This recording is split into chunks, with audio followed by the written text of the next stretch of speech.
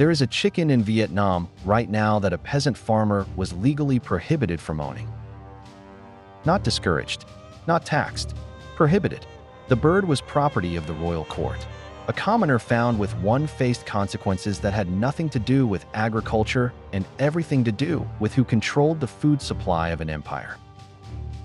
That bird weighs 13 pounds. She is alive today. She is legal to own in the United States, and she costs $40. Here is the first question. Why does a chicken bred for Vietnamese royalty for over 1,000 years exist in near total obscurity in the American backyard farming market, while breeds developed in the last 50 years for industrial confinement dominate every hatchery catalog from Maine to Montana? Here is the second question. A 13-pound dual-purpose bird that produces large eggs, reaches table weight without purchased growth supplements, and carries genetics refined across a millennium of selective breeding. What exactly would it take for that bird to become the most valuable animal on your homestead? And what has kept that from happening? I will answer both, but I want you to hold a third question first, one I will not answer until the end. The Vietnamese royal court that bred this bird understood something about genetics that the American commercial poultry industry spent the 20th century unlearning. What was it? And why does the answer to that question describe exactly what is wrong with every Cornish cross chick you have ever purchased? Stay with me. The bird is the Dong Tao.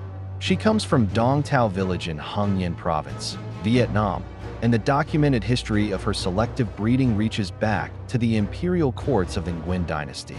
Birds raised specifically for royal banquets, for ceremonial offerings, for the table of people who had access to everything and chose this bird specifically. She is not difficult to understand once you see her. The Dong Tao is immediately, visually unlike any other chicken in the world. Her legs are not the scaled, narrow legs of a production bird.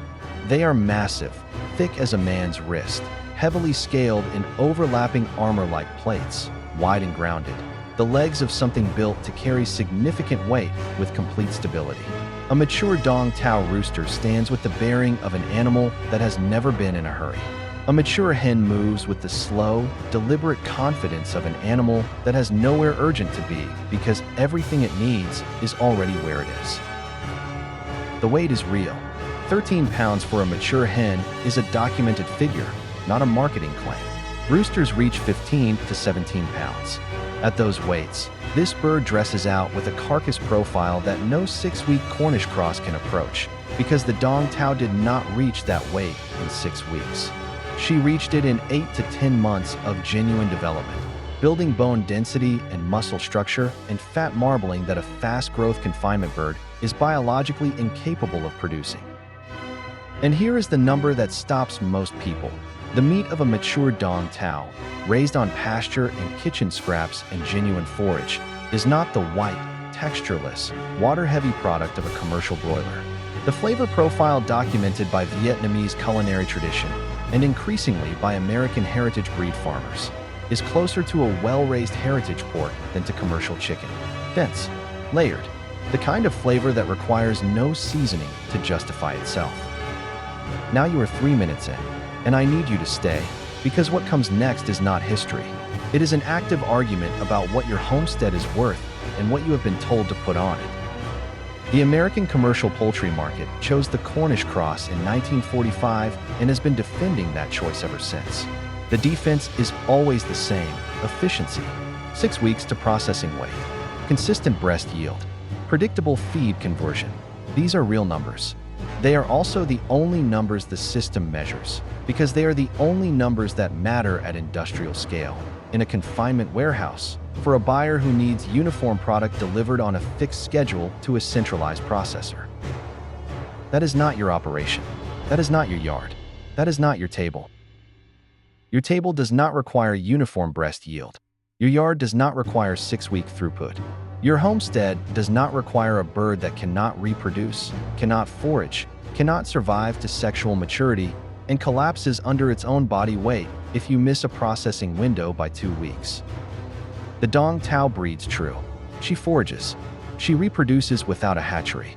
She reaches processing weight in her own time on her own terms and produces a carcass at the end of it that a Cornish cross cannot replicate in any number of cycles. The industry did not bury the dong tao with a policy. They buried her with a curriculum. The curriculum taught one metric: weeks to processing weight, and every breed that could not compete on that single variable was quietly removed from the conversation.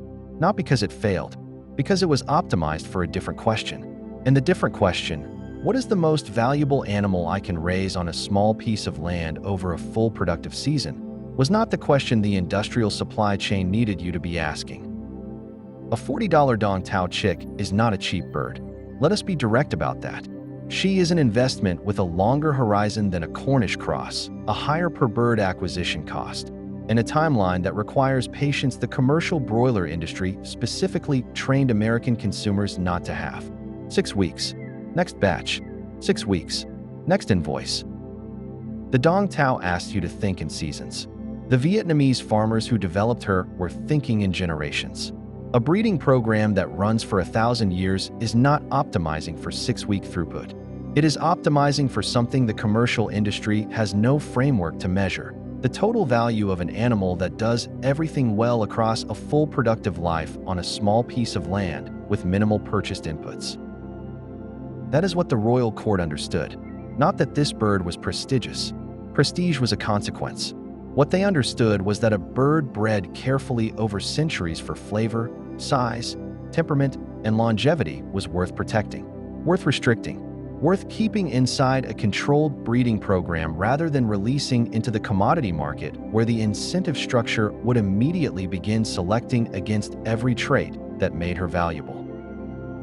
The American commodity market did exactly what the Vietnamese royal court was trying to prevent. Here is the answer to the third question. The Nguyen dynasty bred the dong tao under controlled conditions for one reason. They understood that selection pressure follows incentive. If you allow a breeding program to be driven by the market will select for whatever the market measures.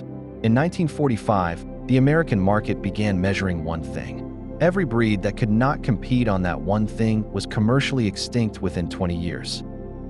The dong tao survived because Vietnam's agricultural modernization did not fully penetrate Hung Yen province. The village maintained the breed not as a heritage project, but as a local food tradition. The bird that fed the royal court survived in the hands of farmers who never stopped eating her. She is available in the United States today through a small number of specialty importers and heritage hatcheries. $40 per chick at most sources. A breeding pair for under $200 from verified stock. The Livestock Conservancy does not list her. She is not American and not in their mandate, but the breed is documented, verifiable, and available.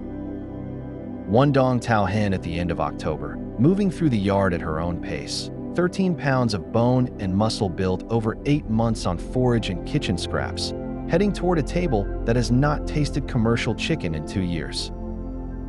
That is not a hobby bird. That is a food system, built over 1,000 years, available for $40. The royal court is gone. The restriction is lifted. The bird is yours if you want her. What the industry spent the last 80 years not telling you is simply this. The best food animal ever bred for a small piece of land was not developed in an American laboratory in 1945. It was developed in a Vietnamese village over a millennium by people who were optimizing for the question that actually matters.